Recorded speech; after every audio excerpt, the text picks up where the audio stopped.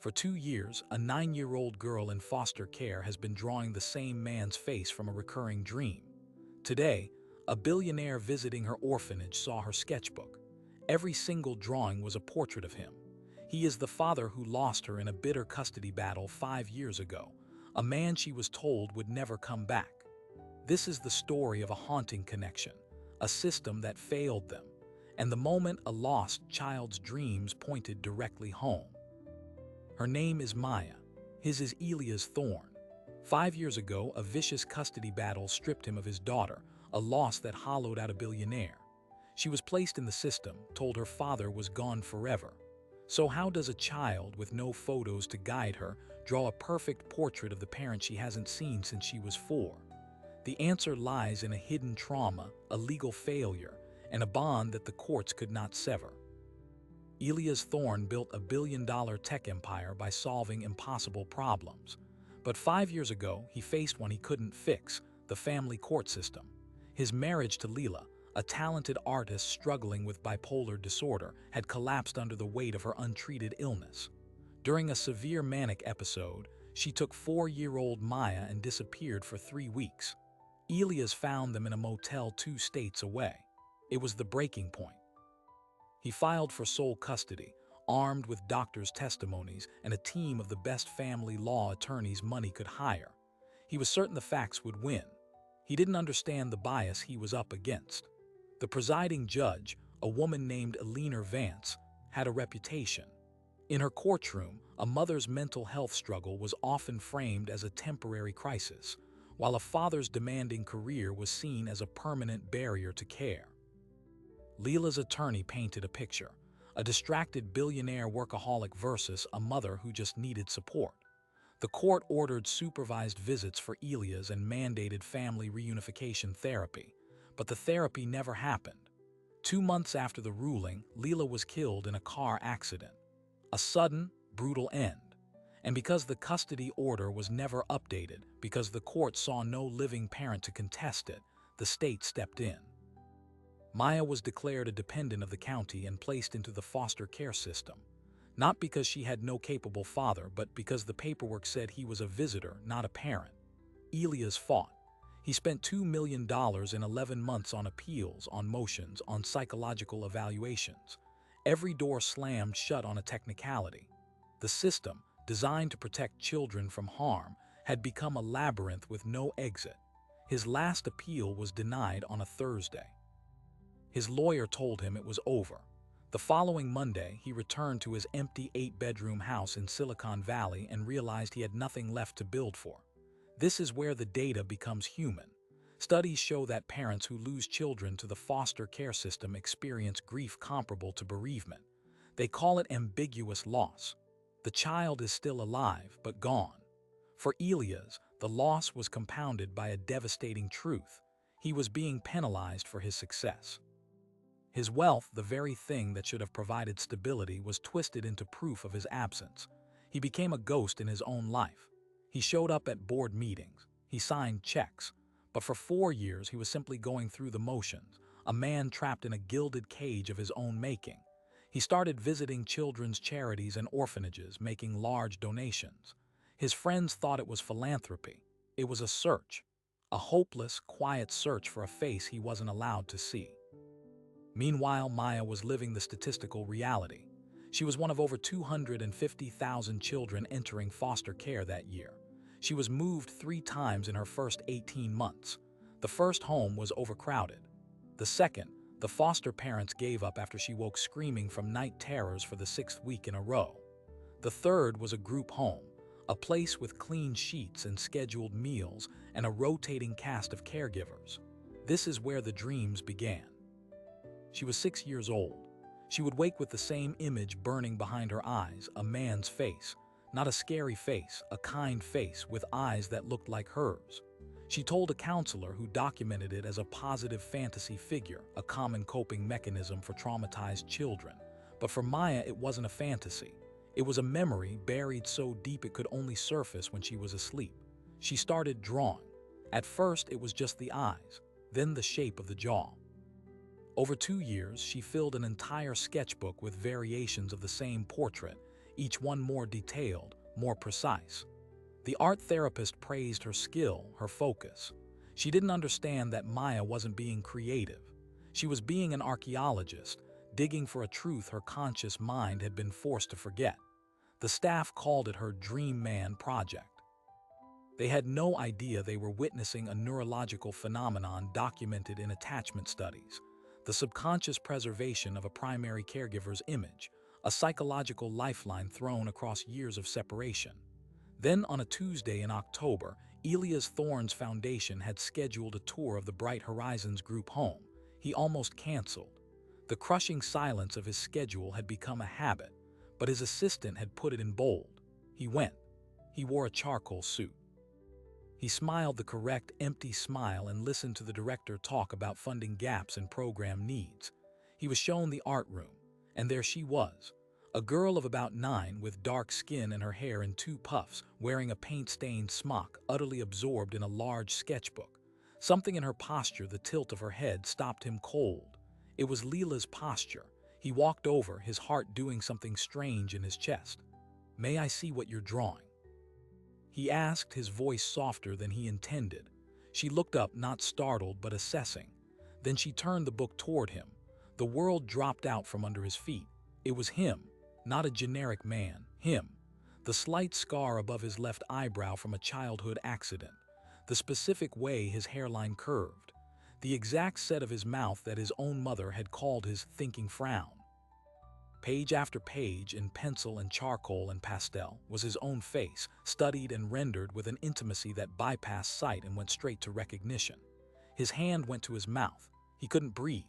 The director was saying something about Maya's wonderful imagination. Elias barely heard her. He pointed a trembling finger at the drawing, then at his own face. He looked at the girl, her eyes wide and hopeful and so familiar it was a physical pain. "How?" was the only word he could manage. The girl, Maya, just shrugged as if the answer was obvious. "I see him in my dreams," she said. "Every night I just remember." In that moment, 5 years of legal walls, of court orders, of systemic failure evaporated. The bond the state said was secondary had just announced itself in graphite and tears. But here, where the real battle began.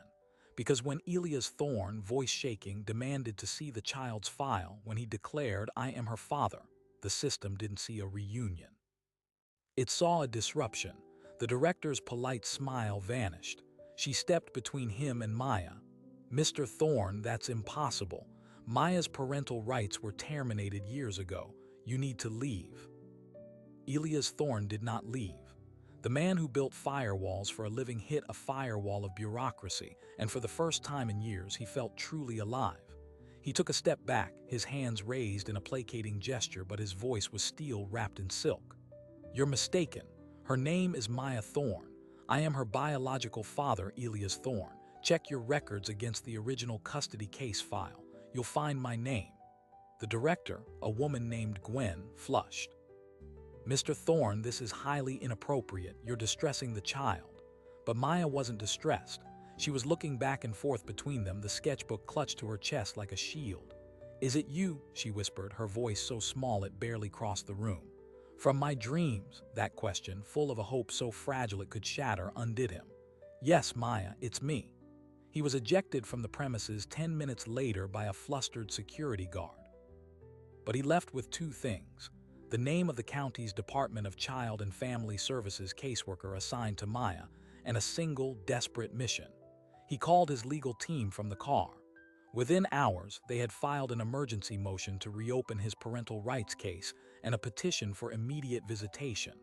The system, however, is a glacier. It moves with a crushing, indifferent slowness. The first response from the county was a form letter acknowledging receipt. The second was a call from a skeptical social worker, a man named Ben, who informed him that parental rights had been terminated with cause, and that he was considered a non-party to Maya's case.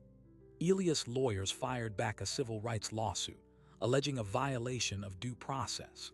They argued the termination was based on an outdated custody order that was rendered moot by the mother's death, and that Elias had never been given proper notice or a chance to be heard as the sole surviving parent. The county's attorneys countered. Their argument was cold and procedural. The original court order had limited him to supervised visits. Upon the mother's death, the child became a ward of the state. He had failed to petition for custody modification in a timely manner during the subsequent dependency proceedings. His appeals, they said, were focused on the wrong court. He was fighting a ghost. The system had absorbed his daughter through a crack in the paperwork, and now it was defending its right to keep her. For Maya, the aftermath was confusion. She was pulled into a small office by a kindly but worried-looking counselor. They asked her about the nice man. Did he say anything that scared her? Did he try to get her to leave with him? Maya, who had learned in 4 different homes how to read the emotions of adults, shook her head. He looked sad, she said, like I feel sometimes. Then she asked the question that terrified the staff. Can I see him again?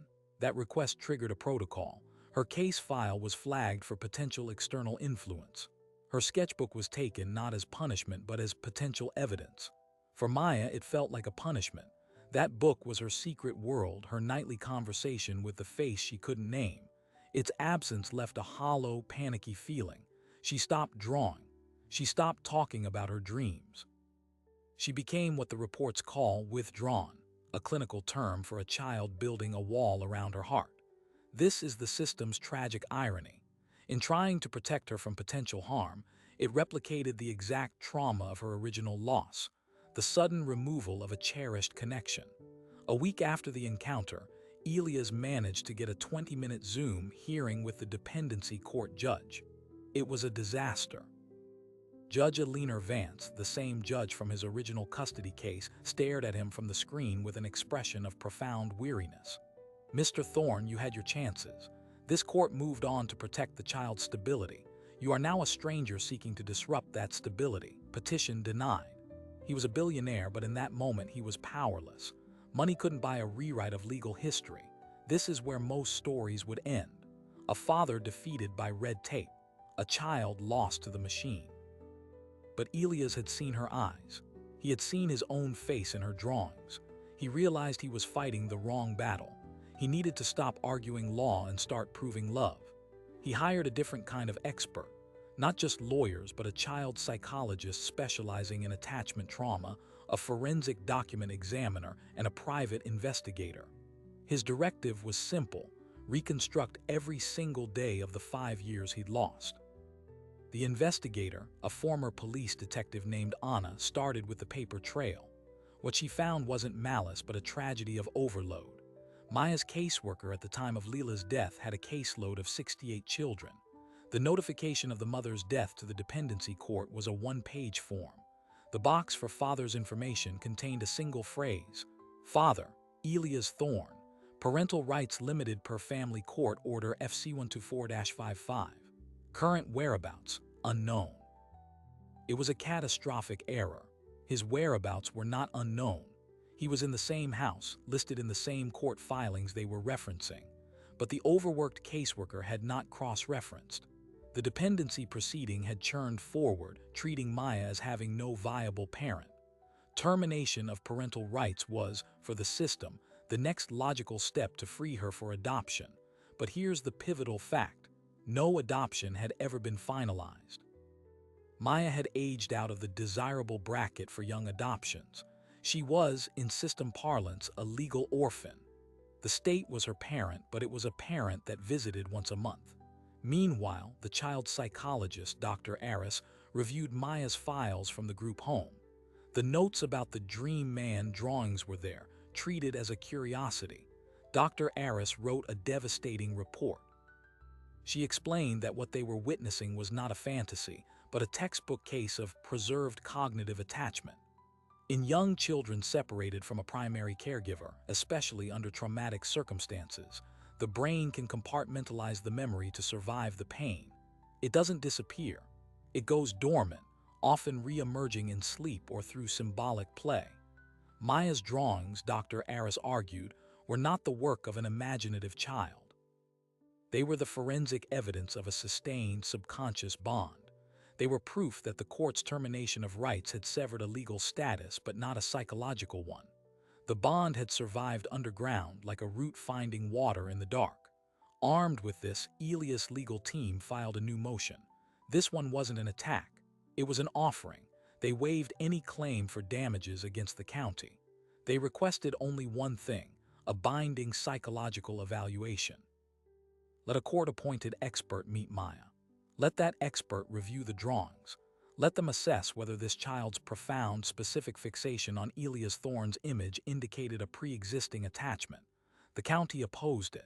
They called it a circus and an emotional manipulation of a vulnerable child. But the new judge, Judge Vance, having recused herself, was curious. He ordered the evaluation. The day of the evaluation, Elias was a wreck. He wasn't allowed to be there. He sat in his car 3 blocks away, staring at his phone, willing it to ring. Inside a neutral office, Maya met Dr. Lin, the court-appointed psychologist. Dr. Lin didn't ask about the man. She asked about the drawings.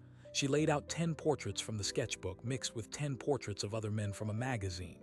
"Can you tell me about these?" Maya immediately pointed to her drawings. "These are him.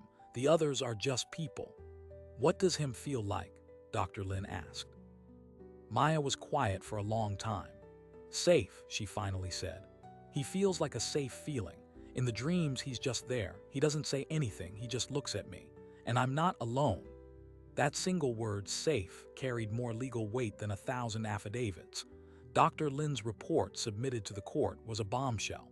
She concluded that Maya exhibited clear, specific, and persistent cognitive and emotional attachment to the subject of her drawings, identified as Elias Thorne. She further stated that the strength and specificity of this internal representation strongly suggests it originates from a real, pre-existing relationship, not cultural or media exposure. The county's lawyers were furious.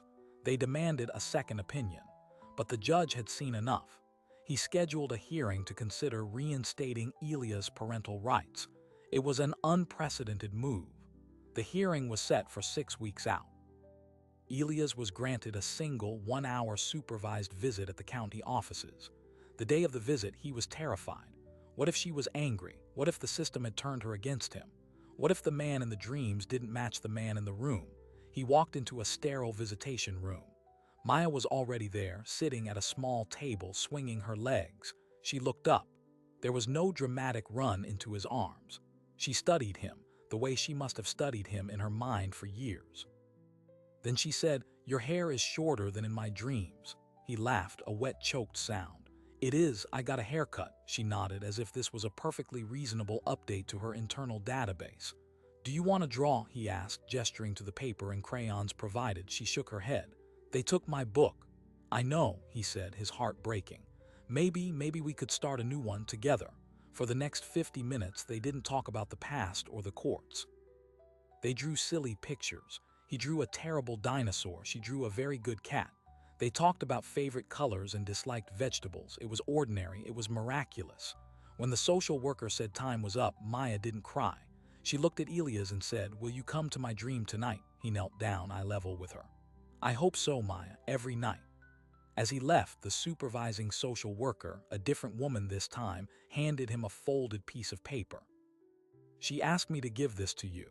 In the car, Elias opened it. It was a fresh drawing. It was him in the suit he was wearing today, but he was smiling.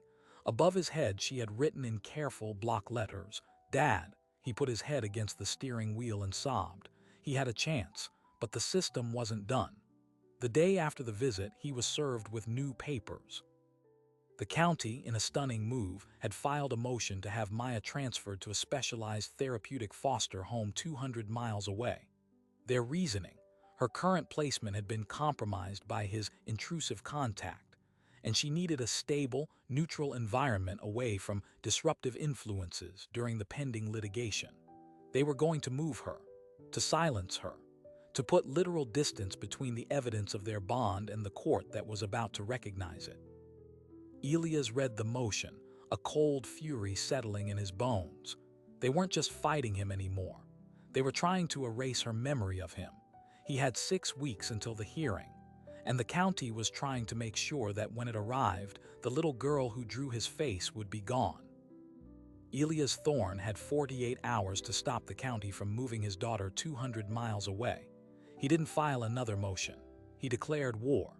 His legal team filed for an emergency restraining order to block the transfer, arguing it was a deliberate attempt to prejudice the upcoming hearing and inflict further trauma. But he knew the law moved too slowly, so he used a different weapon, his platform. That evening, he posted a single tweet. It contained no words, just a photo of Maya's drawing with the handwritten "Dad" and the case number of the upcoming hearing. The caption was a single emoji, a broken heart. His account had 11 million followers. The internet did the rest. Within 2 hours, the tweet had 200,000 likes and 50,000 shares. By midnight, it was trending. Reporters started calling. The story of the billionaire and the dream drawings went viral. The county's public relations office was inundated. They issued a terse statement about protecting the privacy and stability of the child, but the narrative had already escaped their control. The next morning, 3 major news networks were camped outside the county administration building. This was the wait, it gets worse moment for the system. Their procedural move had just triggered a public relations nightmare. The judge overseeing the emergency restraining order, feeling the heat, granted a temporary stay. The transfer was put on hold for 72 hours, pending a special hearing. But the county fought back hard. They filed a motion to gag Elias, accusing him of using his wealth and influence to manipulate public opinion and traumatize the child. They submitted a declaration from the group home director, Gwen, stating that Maya had been agitated and confused since the media attention began. It was a classic trap: provoke a reaction, then punish the reaction. Elias was now facing a potential contempt charge. He had to choose: silence his advocacy or risk losing all credibility with the court. He chose a third path. He agreed to make no further public statements, but on one condition: that the court allow a neutral child advocate, appointed by a mutually agreed-upon child welfare nonprofit, to have unrestricted access to Maya and report directly to the judge on her well-being and her wishes. The county, backed into a corner, agreed. The advocate was a woman named Sarah Jiang, a former social worker with 20 years of experience. She spent an entire day with Maya at the group home. She didn't ask about Elias. She asked about feelings. She asked about the drawings. She asked where Maya wanted to live. The report Sarah submitted was a masterpiece of understated devastation. She noted Maya's acute awareness of the conflict, her sadness and frustration at the removal of her sketchbook, and her clear, consistent, and unprompted expression of a desire to see the man from the dreams again. Most damningly, Sarah wrote, "The subject's current environment, while physically safe, is emotionally sterile. The primary source of comfort she describes, the act of drawing and the connection it represents, has been removed. The proposed transfer appears to be a punitive measure for her emotional attachment, not a therapeutic one." This report broke the county's narrative. They could no longer claim they were acting in Maya's best interest. The judge denied the gag order and made the advocate's report part of the official record. The transfer was permanently blocked. It was a victory, but a costly one. The process had taken 3 weeks. The hearing to reinstate his rights was now just 3 weeks away. The battle lines were redrawn in the press, but in the quiet of the law, it was still a brutal inch-by-inch fight. Elias' legal team, led by a relentless attorney named Marcus, began a discovery offensive. They subpoenaed emails, caseload reports, and internal memos from the Department of Child and Family Services. What they uncovered wasn't just negligence, it was a pattern. They found a memo from 5 years ago written by a supervisor that read, "In cases of deceased mother and father with limited rights, expedite to termination to clear docket. Adoption potential high." Maya's case number was in the margin. They found the original caseworker's notes from the day Leela died. The worker had written, "Attempted call to father at number in file. No answer." She had called once at 2 in the afternoon on a Wednesday. Elias had been in a board meeting, his phone on silent. There was no record of a follow-up call, a letter, or an email. The diligent search for the father consisted of one unanswered phone call. This was the "it gets even bigger" moment. This wasn't just about Maya anymore. This was about how the system, buckling under its own weight, made catastrophic decisions with children's lives based on administrative convenience. Marcus prepared to enter these documents as evidence, not just to win Maya's case, but to expose the mechanism that had stolen her. But the county had one last, devastating card to play. A week before the hearing, they introduced a new witness, Leela's sister, Maya's aunt, Claire. Claire had been estranged from Leela for years, but she came forward now. She submitted a declaration to the court. She claimed that Elias had been emotionally absent and verbally abusive during the marriage, that his workaholism had directly contributed to Leela's mental health decline, and that Leela had told her she was terrified of him gaining sole custody. She requested standing to petition for custody of Maya herself. It was a bombshell. Even if the claims were old and uncorroborated, they introduced doubt. They painted a picture of Elias as the cause of the original family breakdown, not its victim. The judge would now have to weigh a 5-year-old child's drawings against the sworn testimony of a blood relative alleging past harm. Elias was shattered. He hadn't spoken to Claire in over a decade. The portrait she painted was a grotesque caricature of the worst moments of a failing marriage, stripped of all context. But in family court, perception is often reality. His legal team scrambled to discredit her. They found records showing Claire had twice filed for bankruptcy and had a prior conviction for check fraud. They argued she was an opportunistic relative seeking a financial windfall through the child. But the damage was done. The clean, emotional story of a father and daughter reunited by dreams was now muddied with ugly, unresolvable allegations from the past. The hearing, set for a Friday, would now be a brutal, multi-day affair.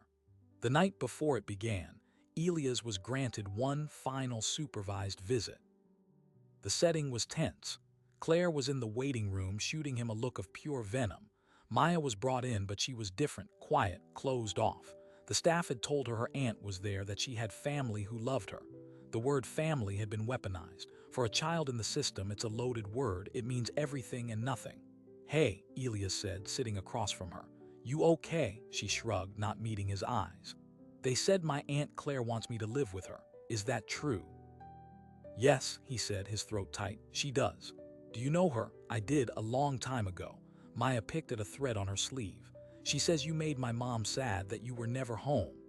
Elias felt the floor drop out from under him. They had talked to her. They had poisoned the well. He had to choose his next words with the care of a bomb technician. "Your mom and we both had a hard time. I worked too much. She was very sick and I didn't know how to help her. I made mistakes. Big ones. But I never stopped loving you, not for 1 second." Maya looked up, her eyes glistening. "Then why did you go away?" It was the question she had been carrying for 5 years. The question the dreams couldn't answer. "I didn't go away, Maya. The court, the people in charge, they told me I could only see you with someone else watching. Then when your mom died, they told me I couldn't see you at all. I tried. I tried every single day. I couldn't find you." He reached out slowly, putting his hand palm up on the table between them. An invitation, not a demand. She looked at his hand, then at his face, searching for the man in her dreams.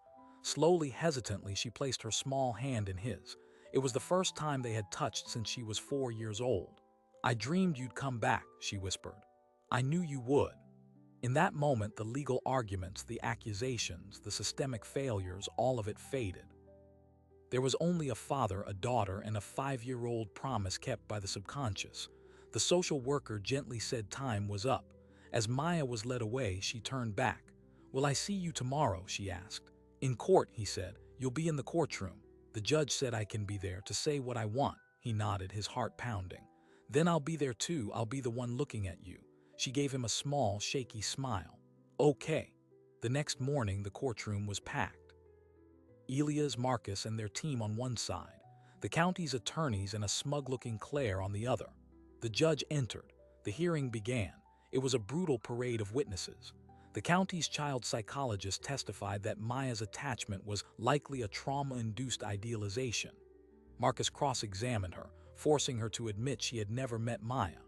The director, Gwen, testified about the disruption Elias caused.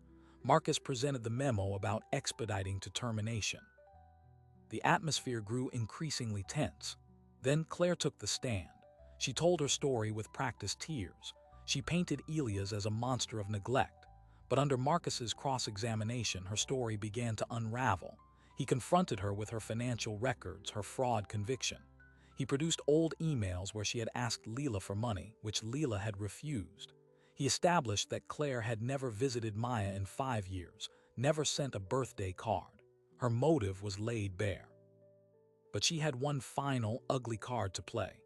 "Even if I'm not perfect," she sneered, "he's worse. He drove my sister to her death. That little girl is better off with anyone but him." The gallery gasped. The judge banged his gavel. The damage was done. The hearing recessed for the day. Elias walked out into the hallway feeling gutted. He had won on the facts but lost on the emotion. The specter of Leela's tragedy, now twisted and blamed on him, hung over everything. Marcus put a hand on his shoulder.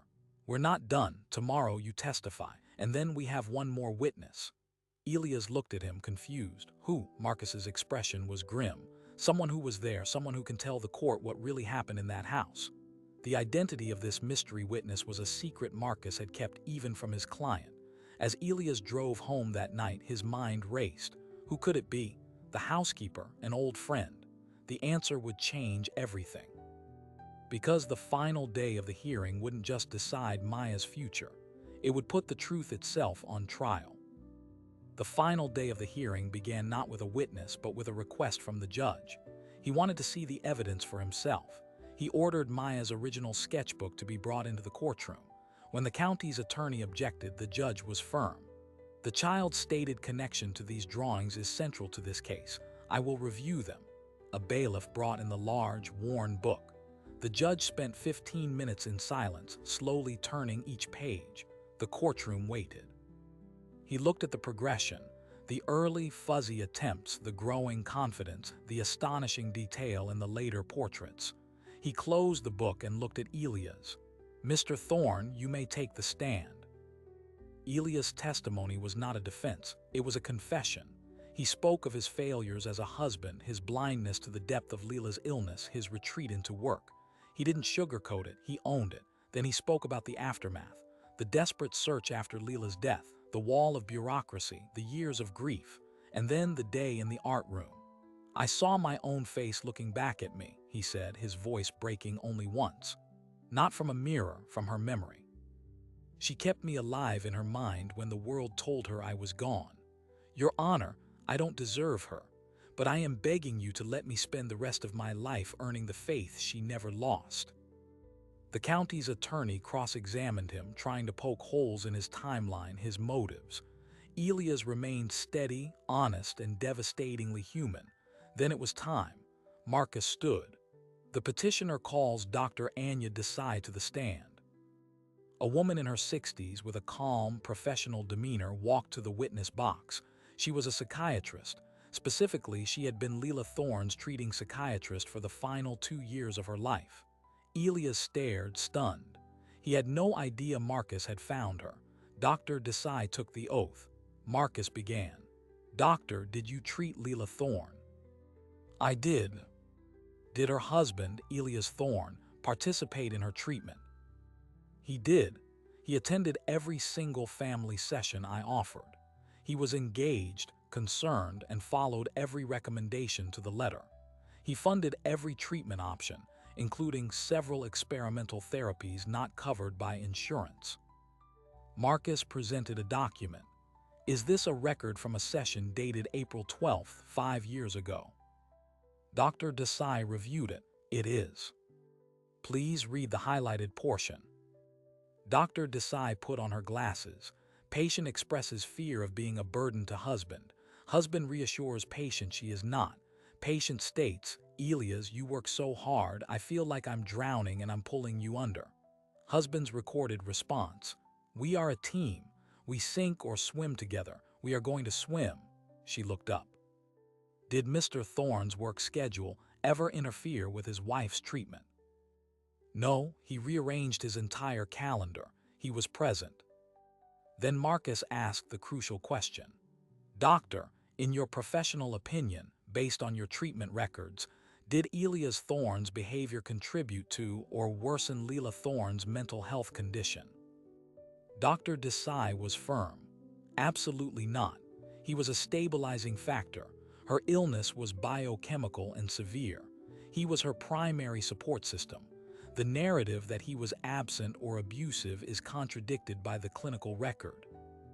The county's attorney objected, but the testimony was in. Claire, on the other side of the room, had gone pale. Marcus wasn't done. "Doctor, are you aware that Leela's sister, Claire, has testified that Mr. Thorne was verbally abusive and that Leela was terrified of him?" "I am aware of that claim," Dr. Desai said. "It is false. In our sessions, Leela expressed frustration with her sister Claire's constant requests for money and her tendency to dramatize. She described Claire as a source of stress, not support. It was a total demolition. The mystery witness wasn't a character witness for Elias. She was the keeper of the medical truth. Her testimony vaporized Claire's credibility and restored the reality of Elias' role as a caring, if overwhelmed, husband. The county's case was in tatters. Then the judge did something unexpected. He asked for Maya to be brought in. She entered, holding the hand of the child advocate, Sarah. She looked small but not scared. The judge spoke to her gently. "Maya, I've seen your drawings. They are very good. Can you tell me why you drew that man's face?" Maya looked at Elias, then back at the judge. "Because I remember him," she said, clear as a bell. "Not with my head, with my heart. He feels like home." The judge nodded. "Thank you, Maya. That's very helpful." She was let out. The closing arguments were made, but everyone in the room knew the verdict had already been spoken by a child and a doctor. The judge retired to make his decision. The wait was 90 minutes. When he returned, his face was unreadable. He began by summarizing the case, acknowledging the grave systemic failures that led to Maya's placement. He noted Claire demonstrated lack of credibility. He cited Dr. Desai's testimony and the compelling, unique psychological evidence of the drawings. Then he delivered his ruling. Parental rights are not restored by a judge. They are recognized by a judge. The bond between Elias Thorne and Maya Thorne was never severed. It was preserved by a child's remarkable mind and is now affirmed by this court. The petition to reinstate parental rights is granted. Legal and physical custody is awarded to Elias Thorne, effective immediately. Elias bent forward, his shoulders shaking with silent sobs of relief. Marcus put a hand on his back. Across the room, Claire stood and left without a word. The county's attorneys began packing their briefcases, defeated. But the judge wasn't finished. "Furthermore," he said, his voice hardening, "this court will be issuing a formal inquiry into the procedures of the Department of Child and Family Services regarding parental notification in cases of a deceased custodial parent. What happened here was not an anomaly. It was a preventable tragedy." With that, he struck his gavel. It was over. In a small side room, Elias knelt and Maya walked into his open arms. It wasn't a dramatic movie embrace. It was a slow, careful settling, as if she was finally putting down a weight she'd carried for 5 years. "Can we go home?" she whispered into his shoulder. "Yes," he said, his voice thick. "We can go home." The adjustment wasn't a fairy tale. It was real. Maya had nightmares. She was anxious in large spaces. She sometimes drew furious scribbled pictures and then ripped them up. Elias hired a trauma therapist who specialized in attachment. He scaled back his work to part-time. He learned to make pancakes. They started a new sketchbook together, but Maya didn't draw his face anymore. She drew their house. She drew the dog they adopted, a sleepy rescue named Bear. She drew scenes from her new life. 6 months after the ruling, Elias established the Maya Thorne Foundation. Its mission was twofold: to fund legal advocacy for parents wrongfully separated from their children by systemic gaps, and to provide art therapy programs for children in foster care. The first board member he appointed was Sarah Jiang, the child advocate. The foundation's logo was a simple pencil-line drawing of 2 faces, close together. The final, surprising detail came a year later. Maya's therapist suggested she might want to visit her mother's grave. Elias was nervous, but Maya was calm. They went together. Maya stood quietly for a long time. Then she took out her sketchbook, not the old one which was sealed in a special case at home, but her current one. She drew a quick, gentle picture. It wasn't of her mother. It was of herself and Elias standing together. She ripped out the page, folded it into a paper airplane, and let it sail over the gravestone. It was her way of telling her mom she was okay. It was her way of making peace. Elias sold the empty Silicon Valley mansion. They bought a smaller, brighter house near the ocean, with a big room for art and a yard for Bear. Maya's night terrors became less frequent. The man in her dreams stopped appearing. She didn't need to dream him anymore. He was right down the hall. The system didn't magically reform, but the Thorn case set a legal precedent in their state. It established that preserved attachment evidence, like Maya's drawings, could be considered in reinstatement hearings. It forced several counties to audit their parental notification protocols. It was a crack in the monolith. One evening, Elias was working in his home office when Maya came in, holding her sketchbook. "Look," she said. She showed him a new drawing. It was the two of them on the beach with Bear. But in the corner of the picture, lightly sketched, was a third figure, a woman with a kind smile watching them from a distance. It wasn't sad. It felt complete. "It's beautiful, sweetheart," he said. "I know," she replied with the simple certainty of a child. She closed the book.